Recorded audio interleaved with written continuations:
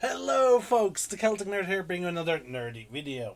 And wow, despite that my blinds are open, it's 25 past 1.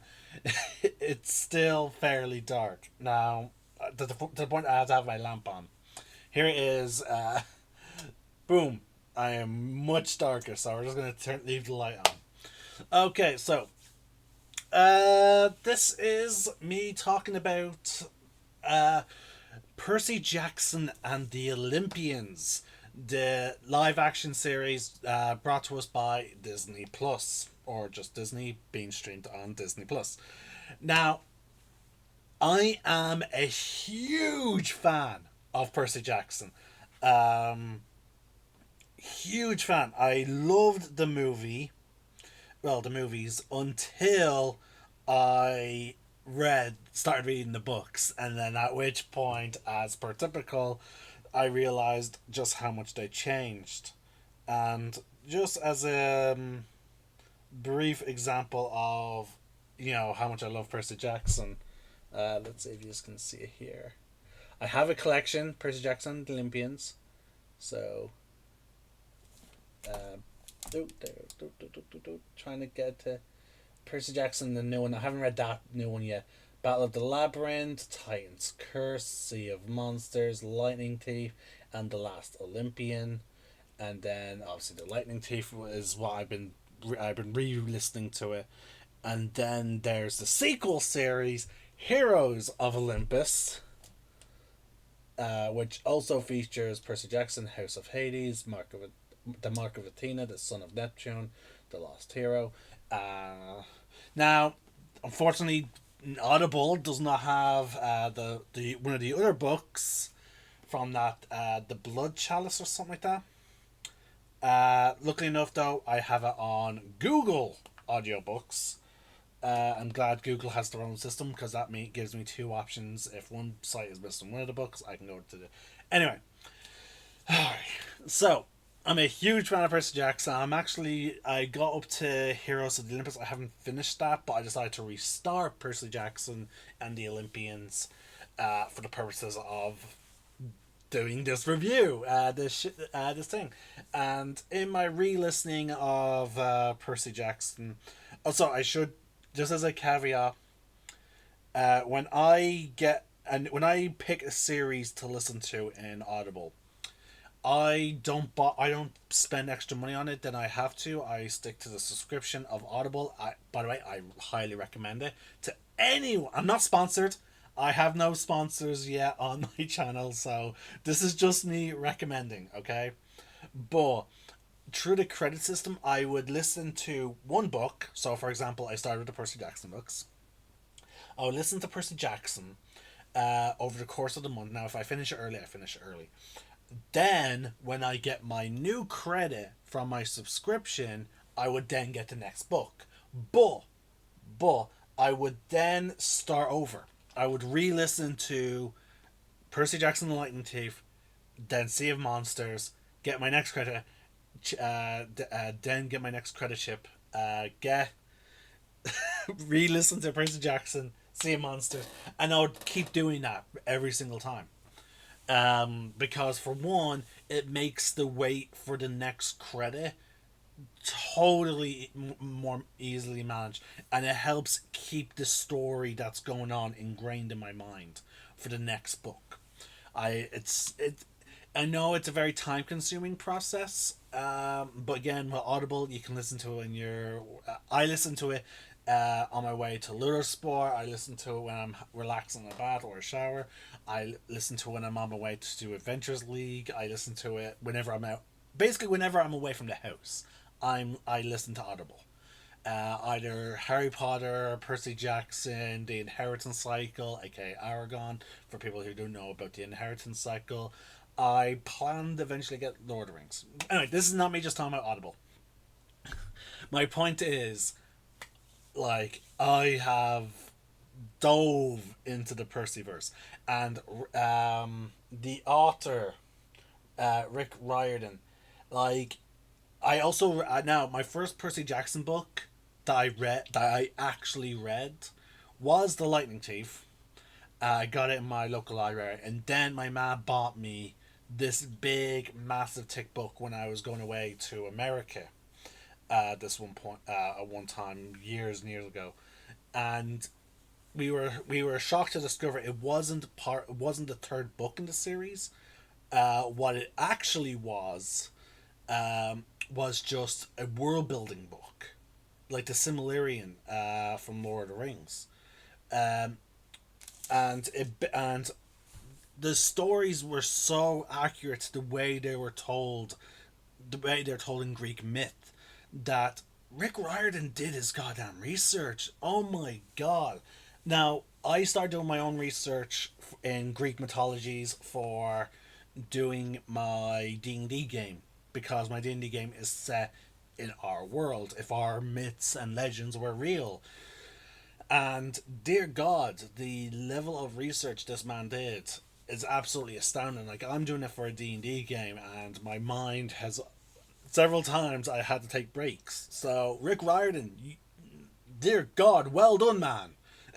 Because you start off with he started off with the Greeks, then he did an Egyptian book, and then he did Norse. So fair play to him. And he's still, and again, the Chalice book just came out this year, 2023. So he's still expanding on the world of Percy Jackson. The man is great, and I love how everything is told from the perspective of the character. So it's like they're telling their story, unlike in Harry Potter, where it's like we're being told the story from another person. With Percy Jackson, we're being told from Percy's perspective. Now, now talk back to the show. Now, I just finished episode 1. Literally just finished it, and it basically covers. Let me open up my thing. It covers essentially chapter 1, chapter 2, chapter 3, and chapter 4 of the book. Now, here is my concern. Disney has a nasty habit. Okay, it's not exactly nasty. It's not, depending on what their ultimate goals are with a show. But I'm going to look at some Disney shows right now and list off the episodes per season. So let's see. For Ahsoka, it was how many episodes? 8. 8 episodes of Ahsoka. Let's check Mando. Where is? Oh, let's check Bad Batch. Season 1 of the Bad Batch. 16 episodes. Season 2. 16 episodes. Okay. So their animations, they get a bit more episodes, but let's check and let's compare another live action series, okay? Just to be totally fair. Live action show by Disney. I can only think of Ahsoka and The Mandalorian. Oh wait. Loki. We can't forget about Loki. Marvel. Loki. So, Season 1 of Loki, 6 episodes. Season 2, 6 episodes. So, WandaVision, let's see that. There was only one season. 9 episodes. Okay, so we're sort of seeing a pattern. The most episodes we've seen in a live action series by Disney is 9. And now I've said this for I don't know how long now, since I started really diving into Percy Jackson books. I would love to see a series on them. However, personally, I believe when it comes to adaptations of books, especially time sensitive books, where the story takes place over a very tight deadline, because me and my mother, we feel like this is why the Percy Jackson movies sort of failed in the end. Now, I did look into it. Apparently, Rick Riordan denied them the movie rights to some of his later books. He only gave them the rights to the first 2, and by the time anyone would talk to him about trying to get in the third and fourth, the actor who played Percy in the live action series was too old. And so, like, there are technically two stories. One says Rick Riordan denied them. The other says the actor got way too old because of production and all that. And in all fairness, he did shoot up into doing multiple different movies after Percy Jackson. So who's to say which is true? I personally like to believe that of an author standing up for his art. So I like to believe in Rick Riordan in that, because the Lightning Thief and the Sea of Monsters, they were atrocious compared to the books, but that is very common. So my concern is they're going to try and cram as many now again, as an anime fan, I'm used to them cramming multiple chapters into an episode. I am totally used to that. I'm totally understandable. Totally get it. Now, the live action series of Percy Jackson has been in the works for a very long time. It's been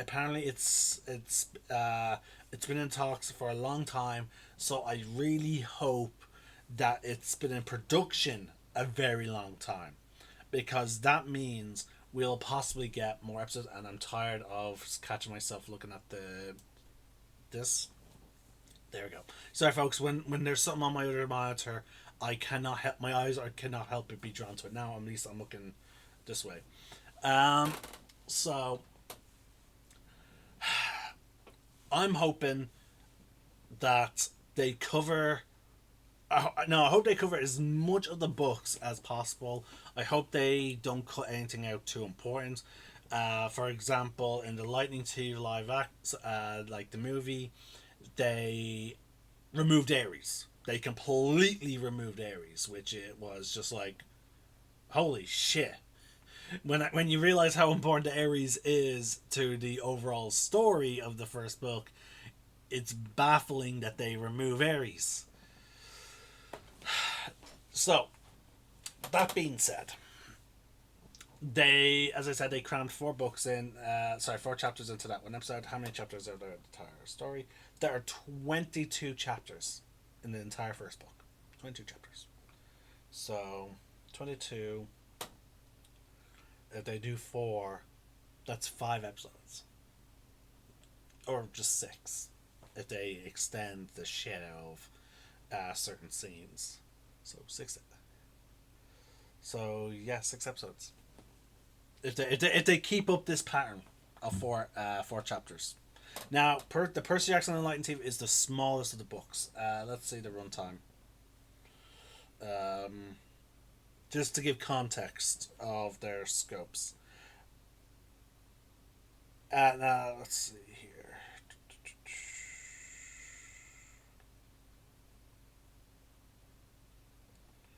I want to see the store page. Title details. Okay, so the audiobook of Percy Jackson and the Lightning Thief is 10 hours. Now, this is now I'm using that as a context because of, how should I put it, the limitations of a reader. Now, a book can take multiple different lengths due to the fact that some people are proficient at reading. Some people read at a slower pace. Some people have difficulty with words and it takes them a little longer to get through it. So, reading is the time it takes to read a book is subjective. Is what I'm saying. However, Audible is sort of less subjective.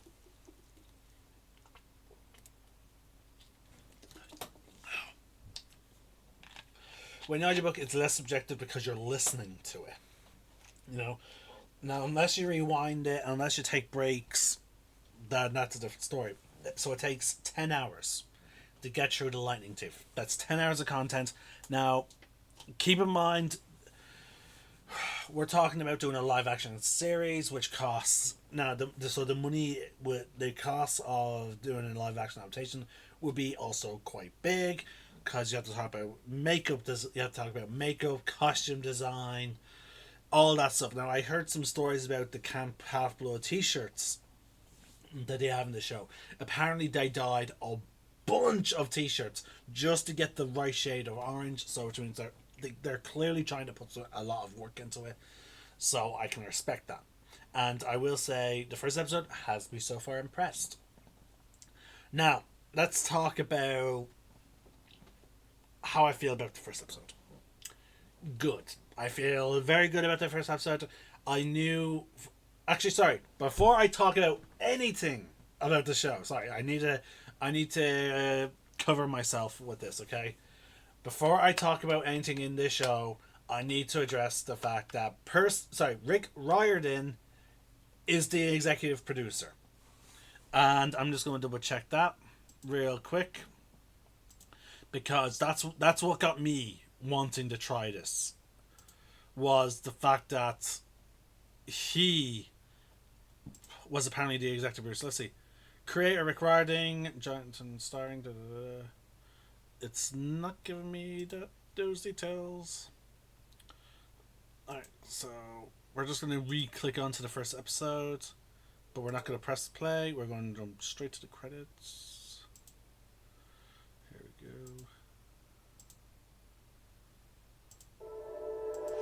Jump. So here we go. I can't, because of my big mug, I couldn't see the volume control. Sorry, I have a very tiny desk.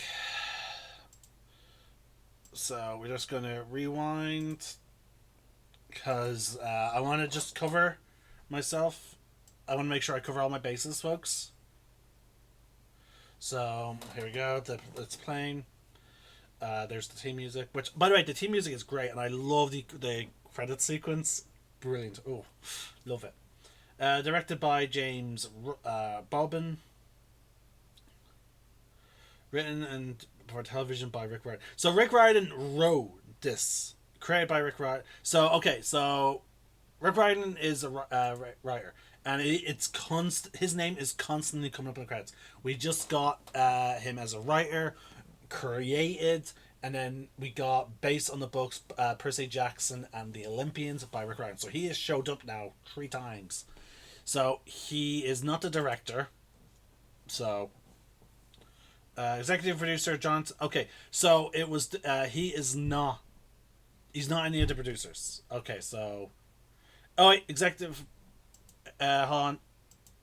He did come up. There's executive producer Jonathan E. Steinberg. Executive producer Ting, and executive producers Rick Riordan and Rebecca Riordan. Okay, I don't know if that's his daughter or his wife or whatever. But I'm curious, like the spelling. EX.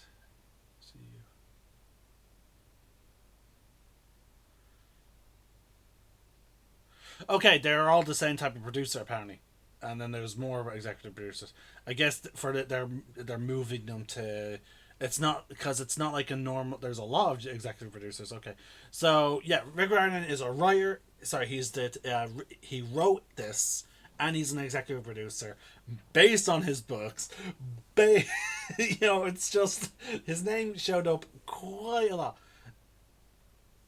So, yeah. So there we go. So Rick Riordan has had his hands on this book now. So, yeah. Wherever the author of the books approved of everything in this. Okay? I'm not so like it's sort of like the situation with the live action One Piece. If the creator of the series says it's a good adaptation or it's faithful, then you have to you have to sort of believe it. Especially when the authors are known. Like Rick Riordan, he has not continued to build the Percy Jackson verse with it if he did not care about it.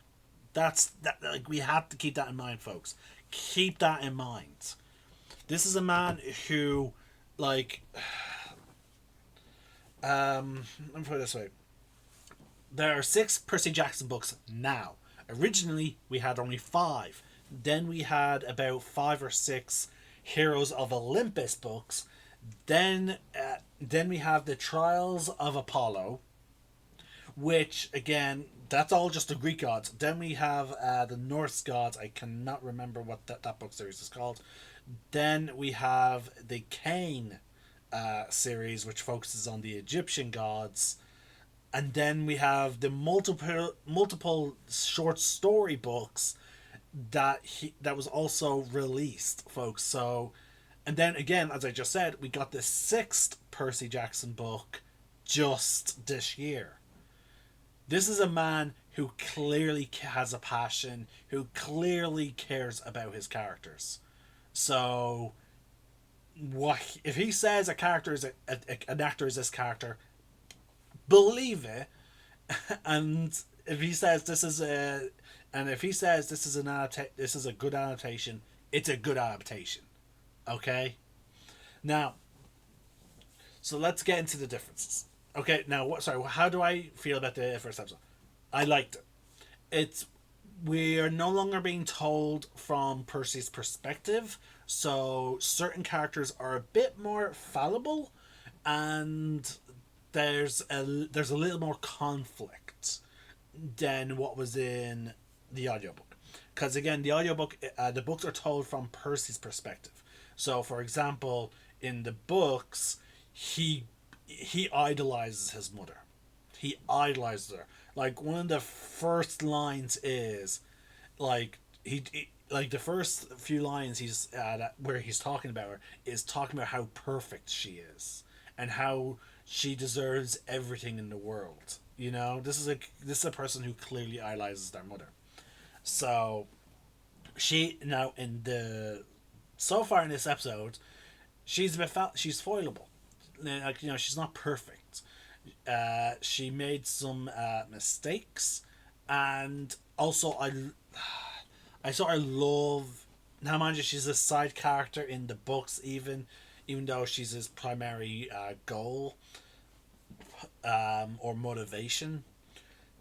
But like in the live action series, I loved her. I loved how she stood up for herself. Again, we learn why she didn't stand up for herself too much in terms of the book later down the line. But no, I absolutely love her portrayal in this. It was good. I love how they even reference the blue candy. I love that. Um, which for those of you that are watching this who have not read the books, who are watching the series, the blue candy is her small hint of rebellion against her abusive husband, Gabe Ugliano. That and besides from the fact that she kept her maiden name when they got married, because she got into an argument with Gabe over there's no such thing as blue food. So she goes out of her way to make blue food. She buys blue candies. She makes blue chocolate chipped cookies, all that type of stuff. It's sort of an adorable sense of rebellion. So there's that. Now they also I so again I loved their portrayal of her. They also made her a lot braver than she was in the books, which I felt was really cool. I like that. So that's enough about Percy's mom. Oh, so they did change it so that apparently she told him a lot of stories about the Greek gods and monsters and all that. So, which I found pretty cool that like that in this iteration she's desperately trying to prepare him for what is to happen. I really enjoy that. Next we have Grover. Absolutely love Grover. They made some changes to Grover. They didn't give him crutches. They did not give him his story of having some kind of disability, which he they have it so that the mist perfectly conceals his feet. Now, mind you, it's not until the Heroes of Olympus do we actually learn more about the mist. I can't remember which book. It's definitely after the Mark of Athena. It was after the Mark of Athena, because they're flying. So yeah, it's after the Mark of Athena. That, in Heroes of the Olympus, do we learn more about the mist? But yeah, apparently the mist is able to fully hide his horns and his thing. So that's why we don't see him wearing too many caps or having the crutches and wearing fake feet. Little disappointed by that because it leads to some interesting things in terms of the book. But again, I'm not going to overly criticize. But I do like how Percy and him were like best friends, and they clearly tried to build up the relationship a bit more. They're trying to build the relationship a bit more than it was in the book, because in the books Percy has been kicked out of 6 schools. He's since ever since he was 6. He's 12 at the start of the series, and he's been to 6 different boarding schools every year. He is not. Apparently, since he's been 6, he has failed every single time to stay in school. He's just failed. Every year, something would happen for him to be expelled, or he'd be told, "Yeah, don't. You're not welcome back. You flunked out." That type of stuff, and he has to keep then going to a different boarding school. In this, it seems that they're trying to not do that. It's more of a sense they're trying to have him stay in one school, which is okay. And they seem to give him more of a home life, like he would go home for school rather than being in a boarding school, which I'm like, that's okay, it's okay. Because again, it's his school life was not the biggest thing. It wasn't. It only becomes an issue in a later series. It becomes an issue in Sea of Monsters where he's going to his new school, which I'm glad. If they did not have him being expelled in this season of the show, if they're doing a season per book, which I part of me hopes they're not. I hope I want them to take their time. That's my point. I want them to take their time to flesh out each book properly. Anyway, um, but yeah, in Sea of Monsters, him being expelled is sort of crucial because it leads to a certain event. Other than that, let's see. Uh, Now Percy Jackson. Oh, sorry, yeah. They're building up Grover's relationship because, again, is it raining? Yes, it is. It's lashing. Um, I like how they're trying to build up a relationship between Grover and Percy, like so that it's not a friendship that was in the making over the course of 1 year. This is clearly a friendship that has been grown from multiple years because ever since Percy was a young boy, and touching on that thing. In this, they're giving them a hyperactive imagination rather than all the other disabilities. Which sort of hints toward. Okay, as someone who is growing up with a child who has autism and who himself has autism, um, now mind you, it was not as a big of an issue to me. I did grow up with a hyperactive imagination. Sitting in class, I would occasionally just easily drift off into a daydream to amuse myself, and with my brother, there are moments where the lines between reality and fiction are a bit blurred. So I totally see this. I can see where they're going with it. During the release of the books, it was more they had this the half broods had dyslexia, and the disability that made them so it makes you so you have to keep moving. You find it hard to sit still. So what was that called?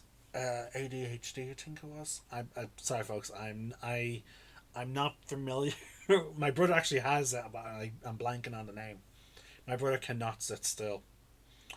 Um, Mind you, I struggle to stay still unless I have multiple things, which is why typically I have multiple things going. Like right now, my legs moving because I'm doing one thing. I need to be doing multiple things Otherwise, I need to be moving. Like, even when I do D&D, I tend to get up and walk around. Well, it's sort of awkward in Adventures League because I have to walk around, and my players get nervous because they're like, "Oh, is he looking at what? Is he making sure I'm not cheating?" No, I'm not. I'm not making sure they're cheating. They're cheating or not. I need to get up and walk around if I'm hyper focused on one thing. Anyway, so yeah, they had those disabilities.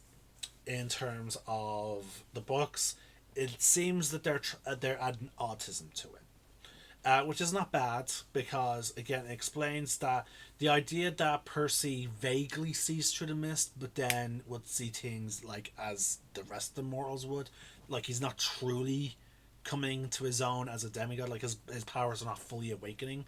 I sort of like that. If he was able, now mind you, in the books, there were multiple different instances where he saw monsters, and they just don't touch on it that much. And mind you, I do wish we had a flashback of all the different times he got expelled. For example, one of the stories is quite hilarious, where with the cannon and the school bus, and then there was another one where he accidentally flips another switch and causes his class to get dunked into a shark tank at an aquarium. That was pretty cool. I wish they kept that in as a flashback, but again, they're trying to build up his relationship.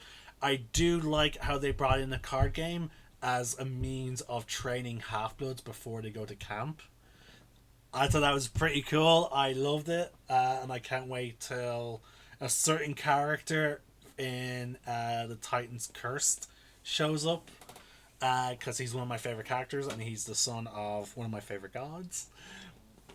But yeah, I just can't wait until Myth of Magic makes a comeback in the series with its figurines, because apparently there's figurines for them. But again, if they get to the Titans Curse, it'll make sense.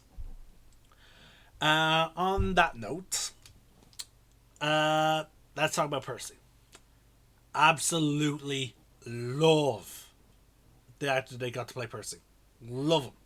He is so far doing a great job of it. Like, the range of emotion. There are scenes where he is where he's angry, but he's confused, he's sad. You can see it, and I absolutely adore that. Absolutely adore it. Another thing that I'm really glad about is like he gets into an argument with his mother towards the end, and I like that. Because he's and again, you feel for him, you actually do, because he's like, I've had moments like this growing up with my autism and with the way my mind works.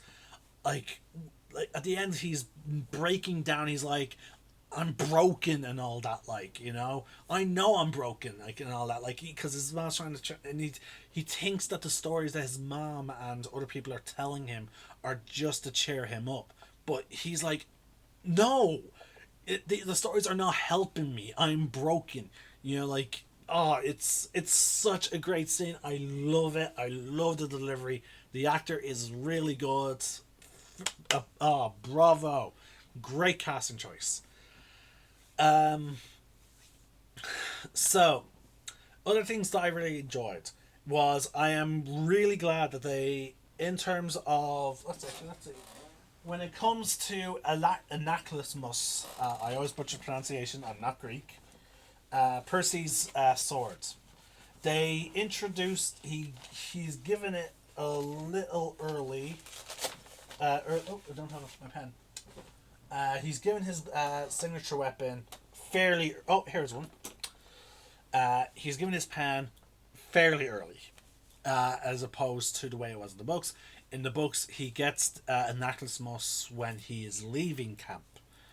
But we do see a hint of its true powers later down the line. Now, for those of you that are familiar with Anaklusmus, again, I apologize for butchering the pronunciation. It is a magical sword that takes the form of a pen. A ballpoint pen. Now, in the movie, it was a click-on pen. You press the button, it mechanically grows and becomes the full size. No. And the reason why I say no, because that messes up what is supposed to happen later down the line. Now, see, this is one of the reasons why I can feel like Rick Riordan would have said, like, the rumors of Rick Riordan saying no to the third and fourth movie being made.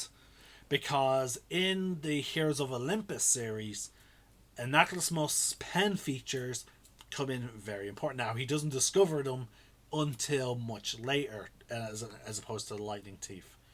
Now, I'll give a spoiler a little bit later down the line. So, warning about the spoilers for Anaclysmus right now, folks. It's a pen. Simple enough. You take off the pen. It then turns into a giant sword. The lid at the top of the pen acts as the scabbard for the sword. So when he has the sword and he puts it in, as soon as the tip approaches the cap, it begins to shrink down until it's done. So the lid acts as a scabbard for the sword. It's pretty cool. Now, the reason why that feature is so important as opposed to the click one that we got in the movie is because in Heroes of Olympus, Percy Jackson, I'm not going to say the full circumstances of why you need to write a note. At some point, Percy needs to write a letter. But he's in a situation where he cannot get any kind of writing material. Okay? So, Annabeth says, what about Anaclysmus?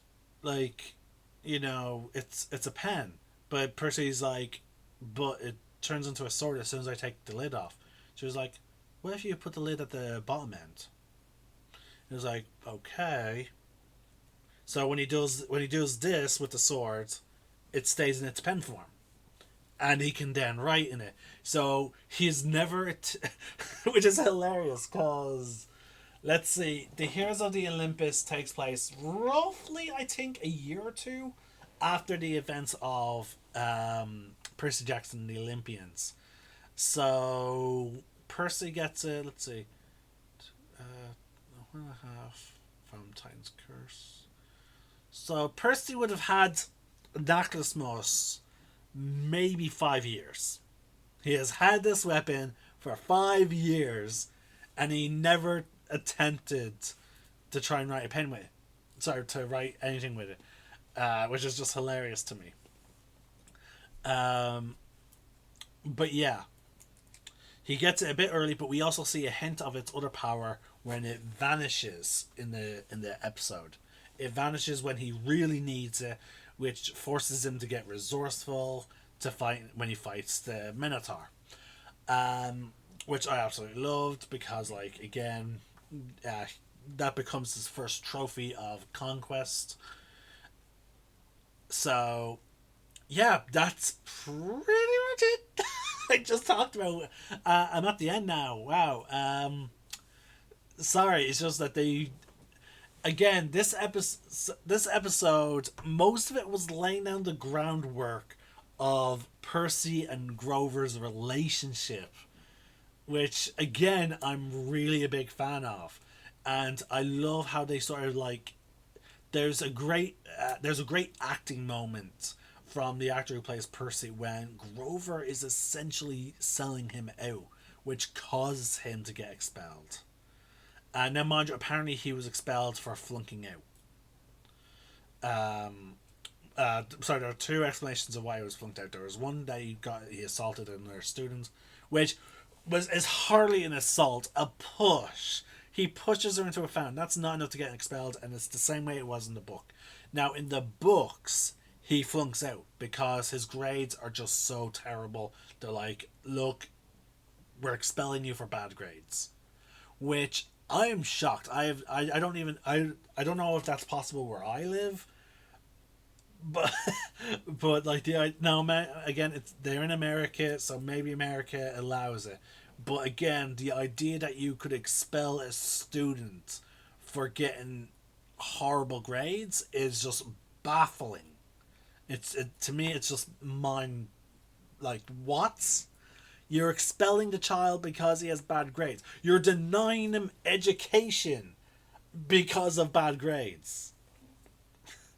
So I don't know. I don't know if it's possible in Ireland, but it certainly seems like it's the way it is there. But again, the other explanation that he got, in I think in the show they address it, and that's why they're expelling him for assault. But again, is it assault? Pushing is not assault. He pushed her into a fountain. That's not assault. Like the I'm thinking of the beatings I got growing up from bullies. That's not assault. The beatings I got were assault. Pushing a person into a fountain, not assault. Especially someone who, okay, now technically his teacher is the only person who calls her out on it. We don't really see much of Nancy Bobovich uh, throughout the rest of the series. We only see her in the start, and we only see her the fact, and the only thing we know about her from Percy is how he explains that she is just a big, huge bully that specifically targets him and Grover. So, um, but yeah, no, great acting moment when Grover is basically selling him out, saying that like, yeah, he pushed her into the fountain. But then again, we then get an explanation that Grover wanted Percy to be expelled, because apparently that school is too dangerous for him now. Now that he's been discovered. So, yeah, great. Wow, because of the series being like the first episode being so focused on flashbacks of Percy, like just what it's like for Percy growing up. Yeah, wow. Because the thing is, we see Percy as a very young boy, as a tiny little boy, and we see him. We see the stuff that he sees, and then we see him in a guidance counselor office. And the counselor is basically telling him it's all in your head. That monsters are not real. Like, and then we see what we're basically getting a sense of what his school life is like. How he's been alone for so long, and then he met Grover, and Grover is playing mytho magic with him, like, and yeah, like that's basically it. Yeah, that's the first hour. That's the first story. It's a 35-minute episode. So yeah, folks. And that's how you want your first episode to be. You want your first episode to solidify the main character, to introduce the main characters, and to sort of solidify them. Now, not all the main characters. Now, this show has a golden trio, similar to other series. The most famous series of with a golden trio is Harry Potter, Hermione, Ron, and Harry. And so, yeah, we're about to, in the second episode, we're going to get our final golden trio member, the female, because there's always one girl, two boys. It's just the formula. And yeah, I see, and it's one of the reasons why I feel like this is why. Now, I have not watched episode 2 yet. I have not watched episode 2 yet. But if the pattern set for this episode is of any indication, it should cover I become the supreme lord of the bathroom. My dinner goes up in smoke.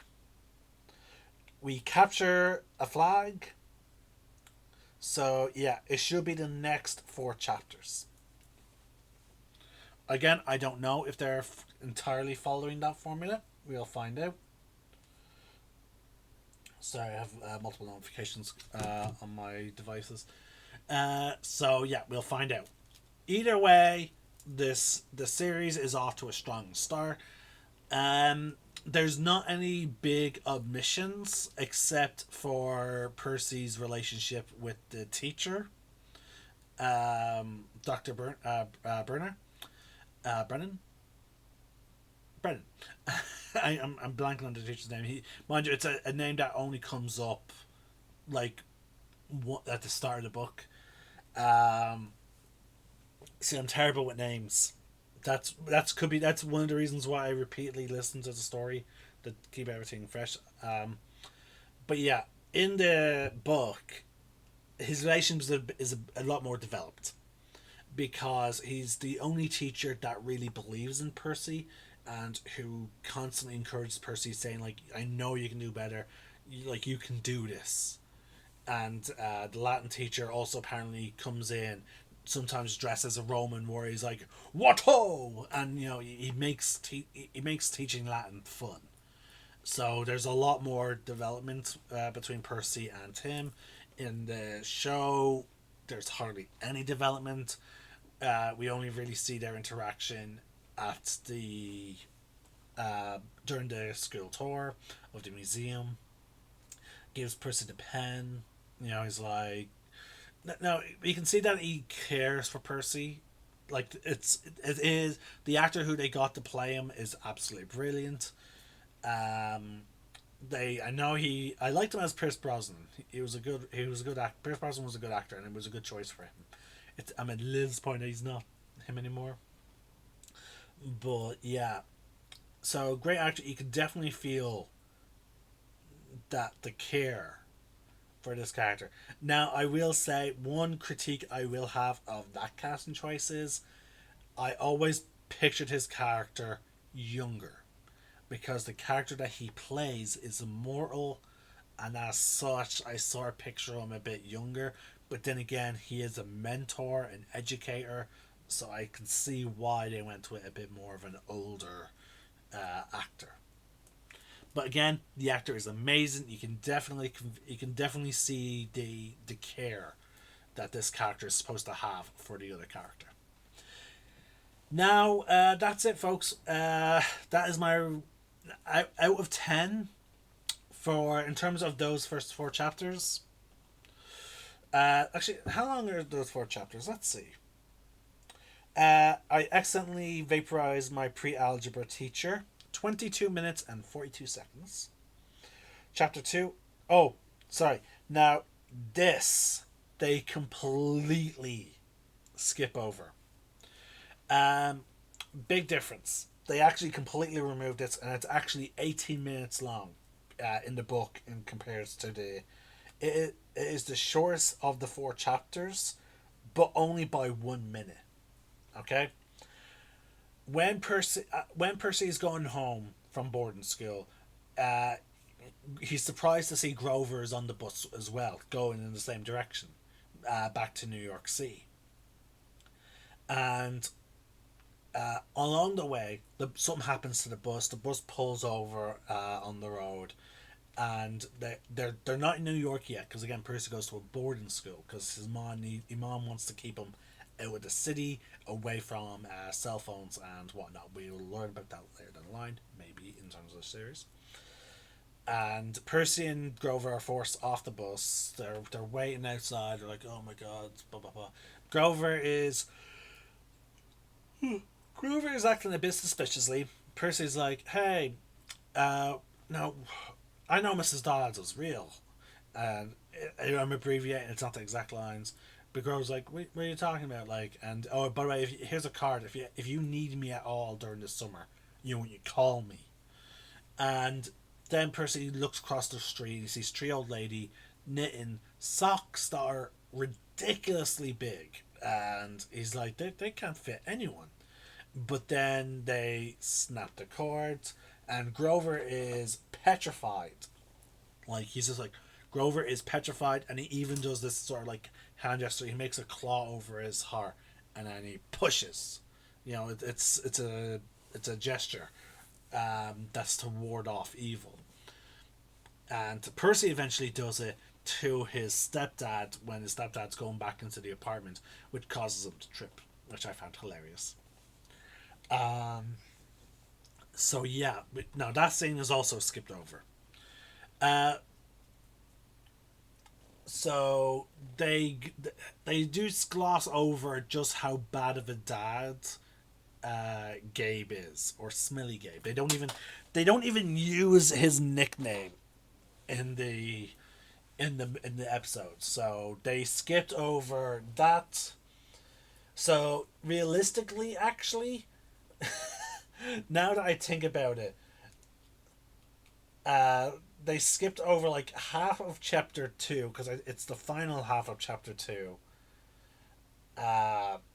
that involves the old ladies. The first half is just Percy talking about the rest of his school year after the whole incident at the museum, and then how he's been expelled because he loses his temper with teachers because he just gets fed up with the students you know, because from his perspective all the students are taking the piss out of him because of the like Mrs. Dodson is like because the mist has made him is obscuring the fact that she's gone and she's been and they're like no, we've always had this teacher. um so like Percy eventually does get fed up and he starts shouting at another teacher, at which then now since he's being confrontational with other teachers, that's what leads to him being expelled because he keeps getting sent out of class. So yeah, again, some changes. Again, his school life is not terribly important, so it's sort of okay to sort of gloss over that. We got the message of how hard it's been for Percy growing up. That's what's important, and we got that. Uh, so yeah, now getting out of the way. Just as a fair warning for the next episode, the next episode is a very I'm trying to think controversial. There is a lot of internet backlash about a certain aspect of the next episode that I will be addressing. It's bullshit, but like the internet, people on the internet are going to say stupid things, or they're just going to be assholes. So I will get into that when we get here. But that's it, folks. This is the Calvin Nerd. Sign out. One name, one sky.